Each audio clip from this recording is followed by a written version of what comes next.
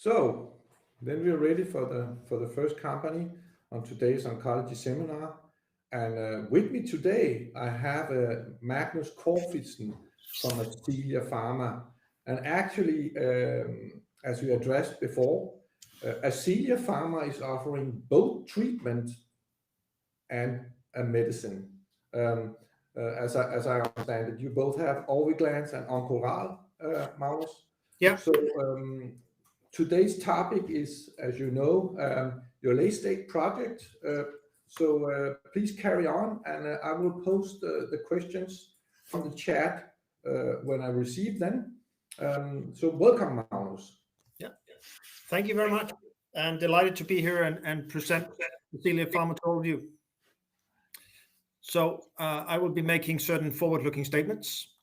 Please pay attention to that.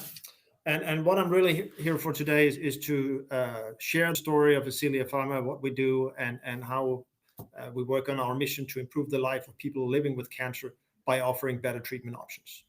Our business model is to identify, develop, and commercialize or monetize novel drugs that address unmet medical needs within rare cancer types, where the current treatment options for patients is simply inadequate. We have 2 drugs in development. Our lead program is Orviglance, which is a diagnostic drug. It's in a global phase 3 trial, have FDA orphan drug designation. The other program is Oncoral, ready for phase 2 development in gastric cancer. The company is based in Malmö, southern part of Sweden. We have an affiliate in the US, listed on Nasdaq Stockholm since 2019, have a solid cash position leading us into the second half of next year. So we are at a very exciting period of time in our company development here. Right now, we're late in development. As we grow the company, we will be. Is there an echo? No. Oh, okay, good. So right now we are late stage development. Over the next few years, we will transform the company into. I see that there's a lot of echo here. I don't know exactly. Yeah. Is it better now? I don't hear the echo. Yeah, great. So coming back here. So right now we have a very exciting period of time. We're late stage development. Over the next few years, we'll go into transform the company to a commercial stage company where we will generate revenue from the launch of Orviglance. And in 2025, we expect Orviglance to be the market leader, Oncoral in phase 3. And what we will then have acquired and licensed 1 or 2 more programs that address unmet medical needs in rare cancer disease settings. So tremendous growth opportunity, lots of patients that need our need, and we can help serve them in a better way. So now we're moving into talking about the programs. So the lead program, Orviglance, it's a diagnostic drug for liver MRI procedures. And sort of the clinical setting, the problem we're solving is really looking for cancer in the liver. That is a major problem for cancer patients. A lot of different cancer types like colorectal, breast, lung cancer metastasize or spreads to the liver. So the big question is, which patient will have cancer spreading to the liver, which will have liver metastasis?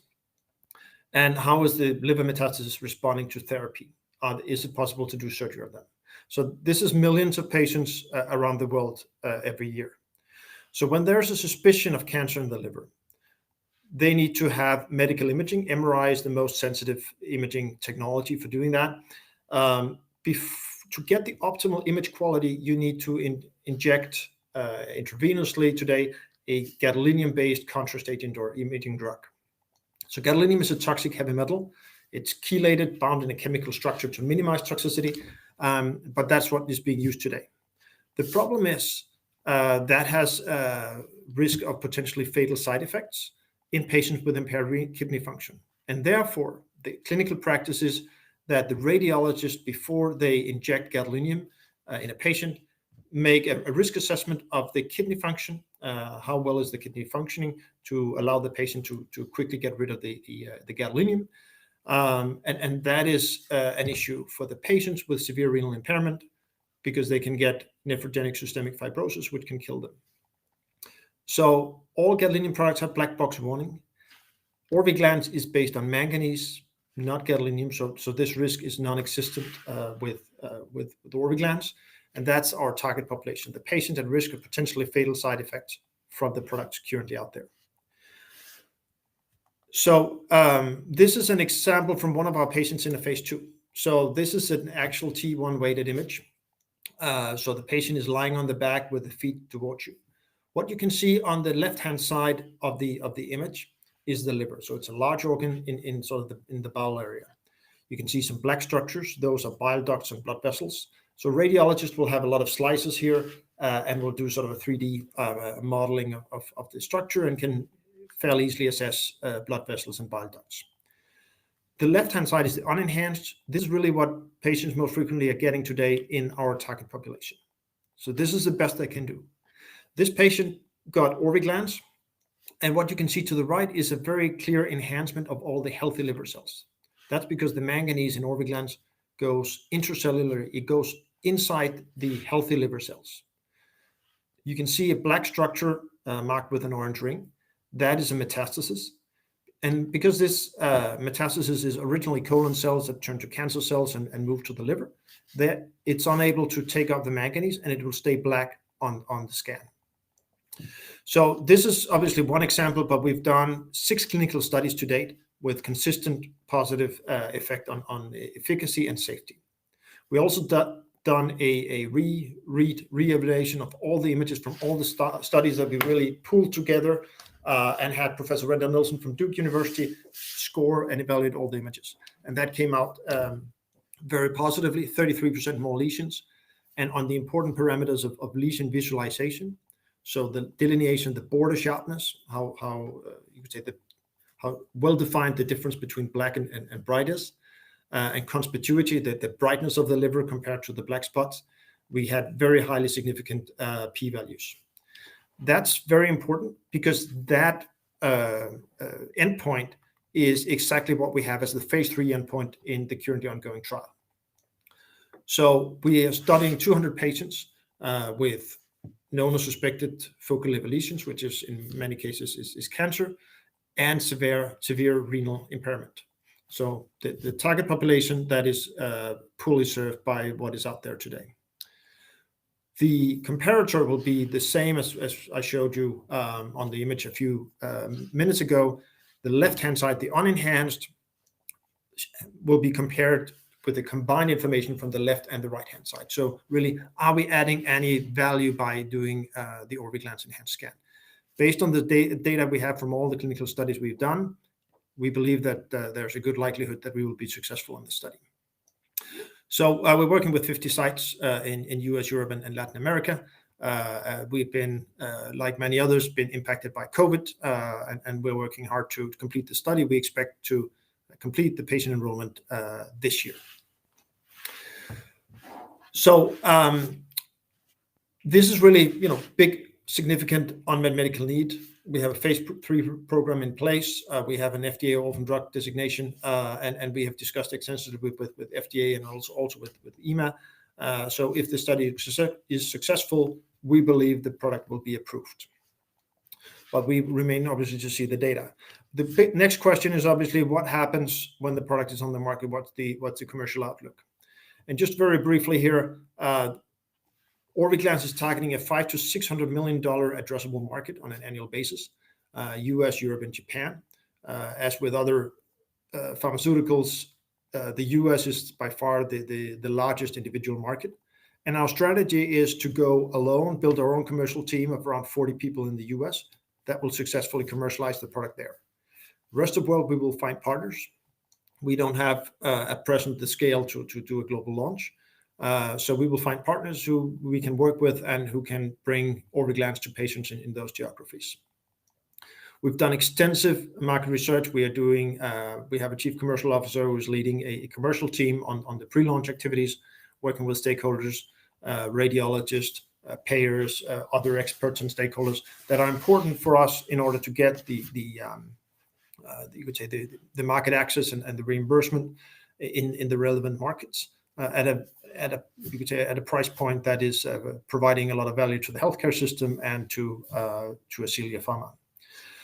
So on top of that, there's a growing market because medical imaging is growing. Also, countries such as China has tremendous opportunities for us, which is not included in this forecast. So this really, in the interest of time, rounds off on the Orviglance opportunity. The other program we have in our pipeline is Oncoral, and Oncoral is based on a very widely used molecule called irinotecan, which is a chemotherapeutic agent, been on the market for a number of years as an intravenous dosing. So it has been shown to be effective in treatment of colorectal cancer and pancreatic cancer when given as an infusion every third week.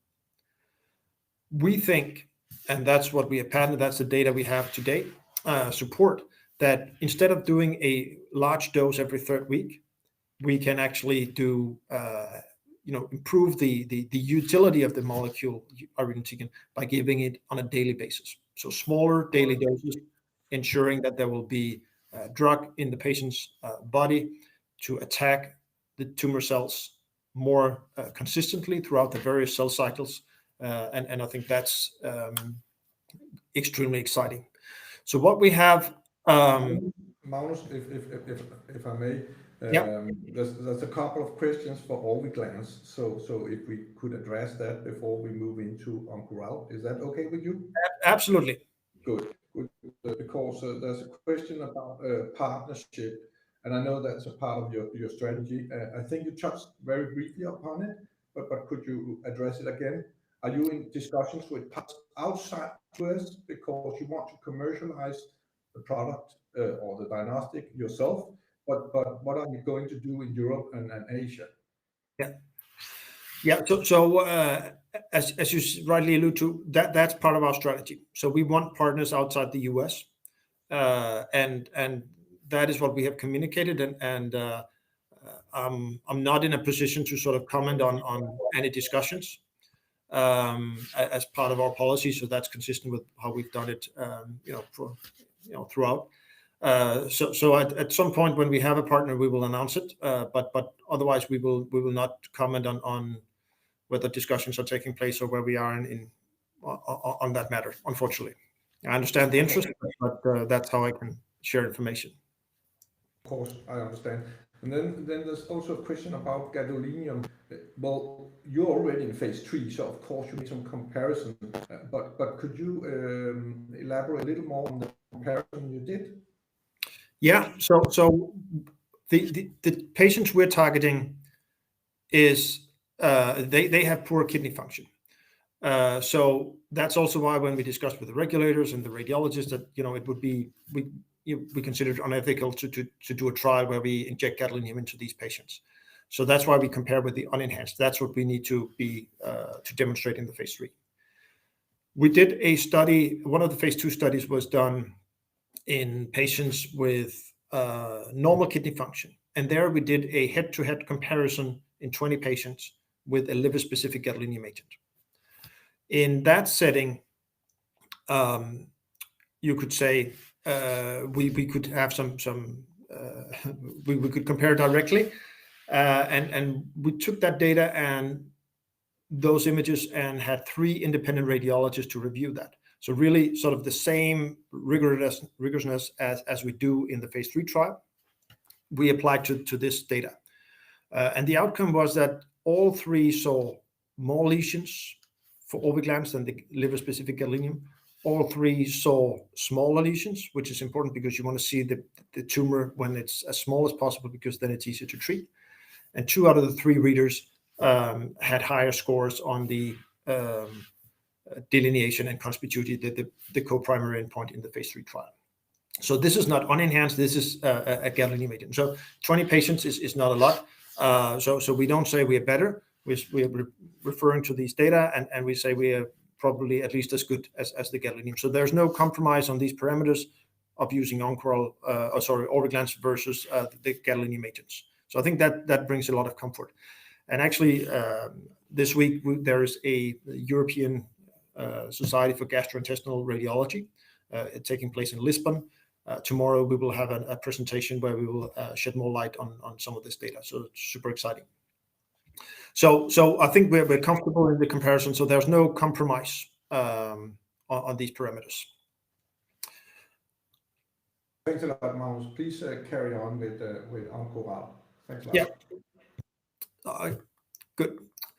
Yeah. So really sort of recapping here. So taking the very potent molecule with good efficacy, but a very challenging safety profile, by giving it on a daily basis instead of a huge dose every third week, lower daily doses, we think we can improve the efficacy safety profile. And what we saw in the phase 1 trial, we've done 2 phase 1 trials. What we saw there was that we could get a good exposure. We could reduce the variability, which is important when you have a tablet therapy compared to an intravenous dosing. But we also saw an important difference in the safety profile. We didn't see any new safety issues, new types, which is good. But one of the major problems with irinotecan doses is neutropenia. So lowering the level of white blood cells. As you know, white blood cells are important for the immune system. Low level of white blood cells makes the patient a lot more at risk for infections and other problems. So that's something that is of significant concern. Typically, you would see a number of grade 3 or 4, sort of severe or life-threatening neutropenias in these patients when you do the intravenous dosing. In our patient population, they were very sick patients who had gone through a number of different treatment options. We only saw grade 1 or 2 on neutropenia. So there's a significant differentiation here. And what we also saw, some signs of efficacy in patients who had previously been treated on intravenous irinotecan. So they had been on therapy every third week. The tumor continued to grow. They changed to a new treatment option. When those patients, some of them, when they came on into this trial and they got daily dosing, they actually saw stable disease. It's not a huge proof of efficacy in any way, but it's a sign of efficacy that I think is extremely encouraging in a very, very sick patient population. So once again, our phase 3 program showed that the drug is absorbed. We have good variability, acceptable variability in terms of how you can do an oral drug.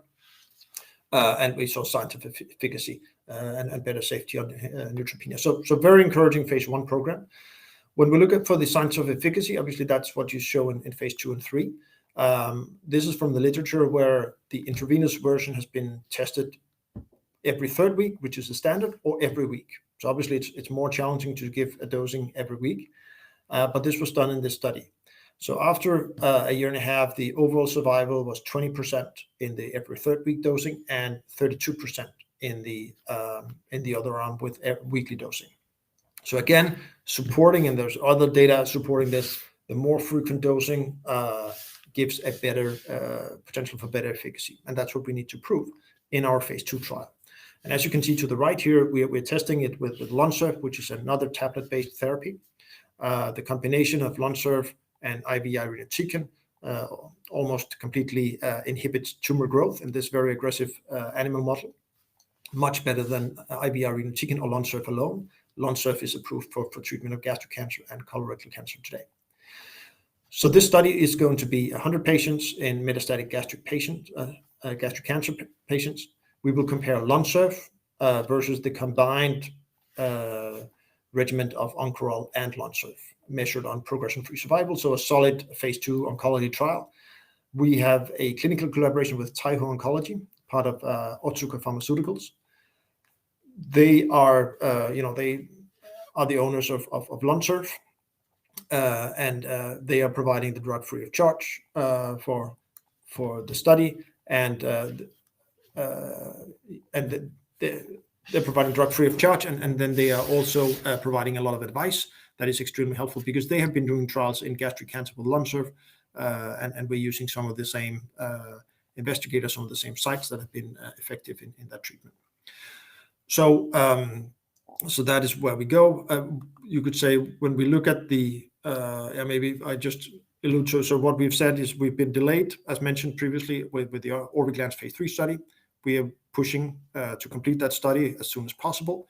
And therefore, we have decided not to start the patient enrollment of the phase 2 trial here in Oncoral until we have completed the study. That's kind of the plan. We don't want to take people and staff from the phase 3 study and use them in initiating the phase 2 study, because we risk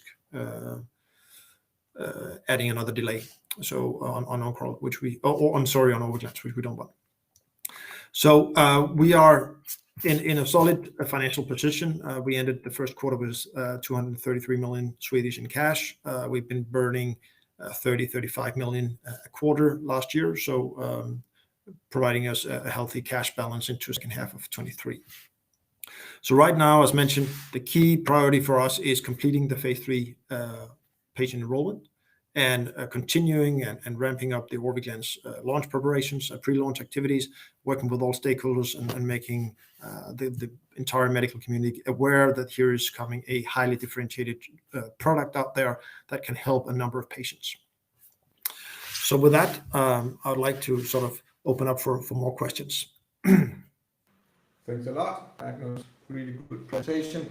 And when we talk about funding, so with your current cash position, are you able to launch the product, or do you have to get more funds if the product is, of course, approved? Yeah, so we have funding to complete the phase 3 development, which we expect to be this year. Oh, I think we have an echo again. Yeah.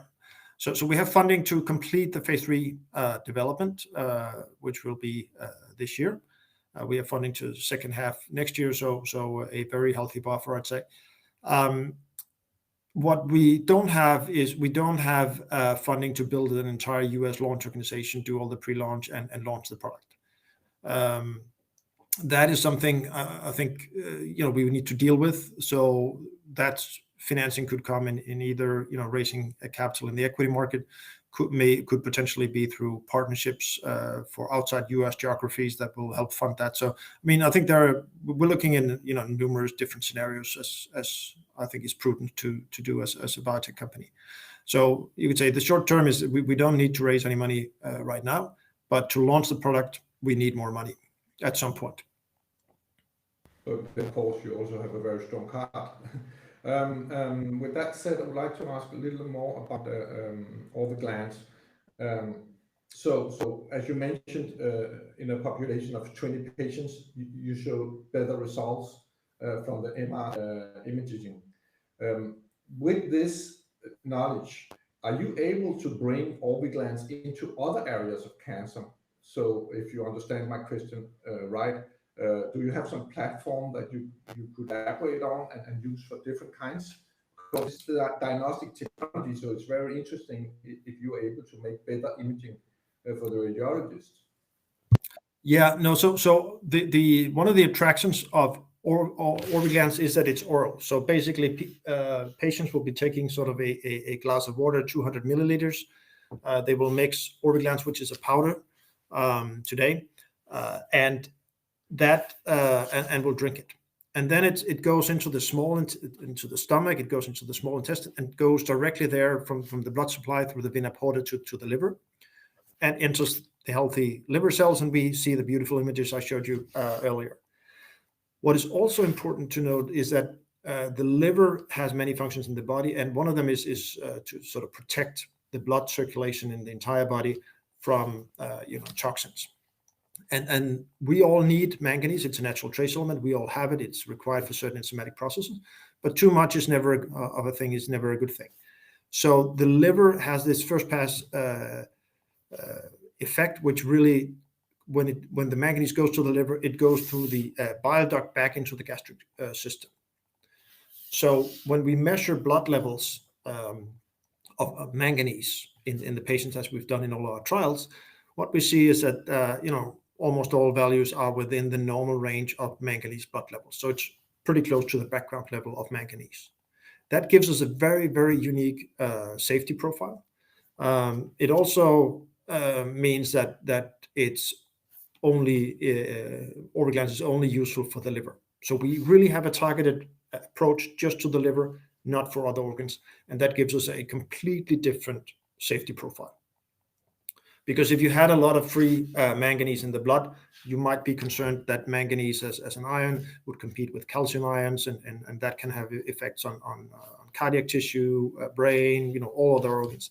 But that is not something we see. And we've also seen in animal data, no exposure to heart or kidneys or anything else that could potentially be a concern. So we're very targeted, gives a very, very unique safety profile and differentiation, but it means that we're only targeting the liver. Thanks a lot, Magnus. And then, but you just one addition. So what we're also working on, and as we have announced, is that we're working on a second generation agent that instead of a powder is an effervescent tablet, sort of in Danish, a brusetablet, that will be more, will have some advantages compared to the powder version. So we're working in various ways, and then potentially we could expand into other liver imaging procedures than just, you could say, diagnosis and treatment follow-up and surgical planning.